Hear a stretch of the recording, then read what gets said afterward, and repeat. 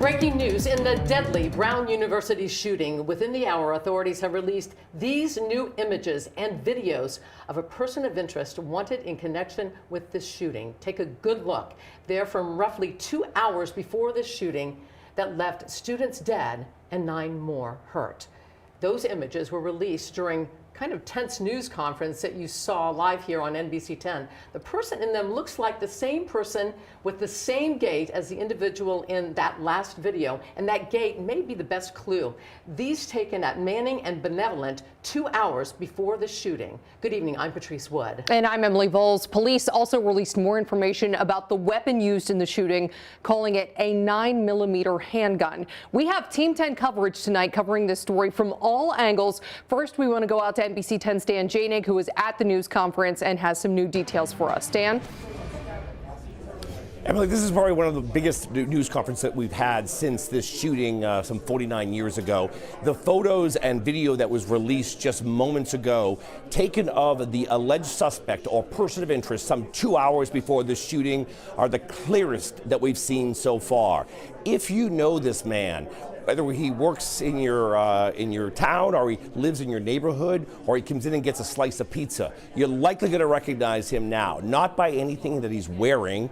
He's got dark clothes, but you get a better sense of what he looked like in his age kind of group. So these pictures and these videos that they released from just 2 hours prior to the shooting are extremely key, one of the biggest leads that we've had in this case. And of course, they got a hold of this video. One of the questions I asked, in the process of this investigation, as they pointed out, this isn't an episode of Law and Order where everything is solved within an hour. This was a painstaking investigation. And while they took someone into custody, a person of interest, and released them, they also defended their investigation and say they were pursuing other avenues. I had some questions here at the news conference just moments ago.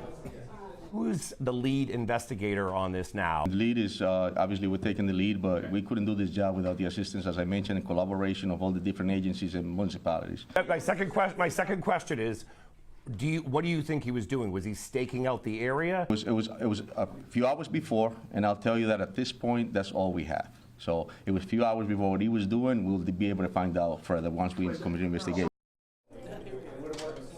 All right, so that's where we stand. 2 hours before, the man who's believed to be seen in the video taking that corner is walking around the neighborhood. Now, just a block down from that neighborhood is where the shooting took place. So today, my crew went back to the scene to figure out where cameras are along that spot where he walked. We kind of retraced his steps, as you'll see. This is the video that police released Saturday night of a person of interest dressed in black walking away from the scene of the crime. And we believe they got that video from this camera right here at a private home at the corner of Hope and Waterman, where late this afternoon, FBI and police were back on the scene. You can see them combing through the grass at this very home and across the street, doing the same at that home. And we believe that's the camera that caught the person of interest taking a corner around the brick wall and walking down here. Now, as we walk, we notice there are some cameras. There's a street camera right there, but it's pointed the wrong direction. And then there's another street camera here, up there, but it's pointed down Hope.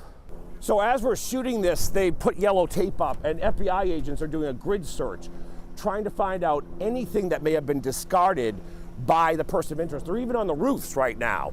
But we also found camera number 2, we believe. It's down in the back of that parking lot up there. There's no camera in front, but there's that one in back.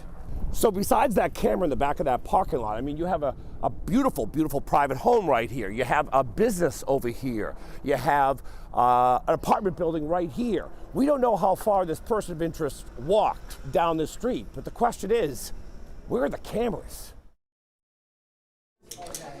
So then just moments ago, they released some video and some photos of other cameras that they've obtained. And I believe, based on what we're seeing on our screens, this is probably the biggest development and perhaps the biggest clue we now have as to trying to track down that suspect. The officers defended their investigation, saying that even though they were pursuing different avenues, they still had investigators looking at other areas as well as the FBI.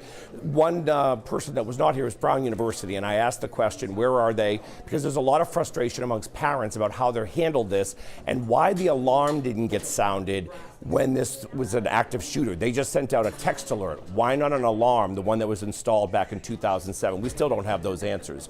What we do know is, frustration may be building, emotions are building. This is starting to set in. The memorial over near Brown is growing. And that's where our Team 10 coverage continues. My colleague Mike Cerullo is there. And Mike, it's really getting tough. It is, Dan, and while we have seen the increased police presence and clear signs of the investigation, we've also seen some powerful and emotional moments at memorials like this one. You can see the flowers and the candles that sit outside the front gate of Brown University as students grieve. There's no way to comprehend what's happened here, and I just feel like the only thing I can do is leave flowers. While memorials grow on campus, a sense of uneasiness fills the air.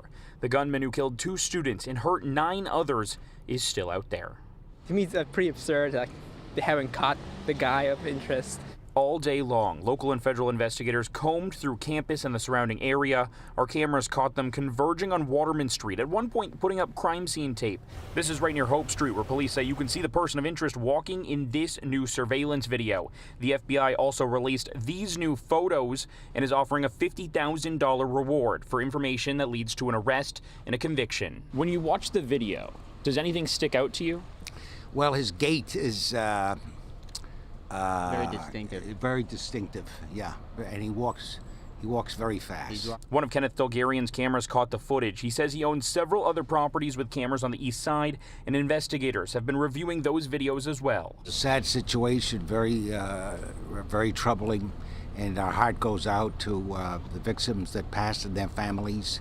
Meanwhile, the community is mourning. Students, faculty, and members of the broader community all stopping by memorials, laying flowers, lighting candles. Another chance to come together, to reflect on the lives lost, and try to process the tragedy this campus community endured. This is just showing our Brown community we're a very strong campus, and I hope that something comes out of this and that it doesn't happen again.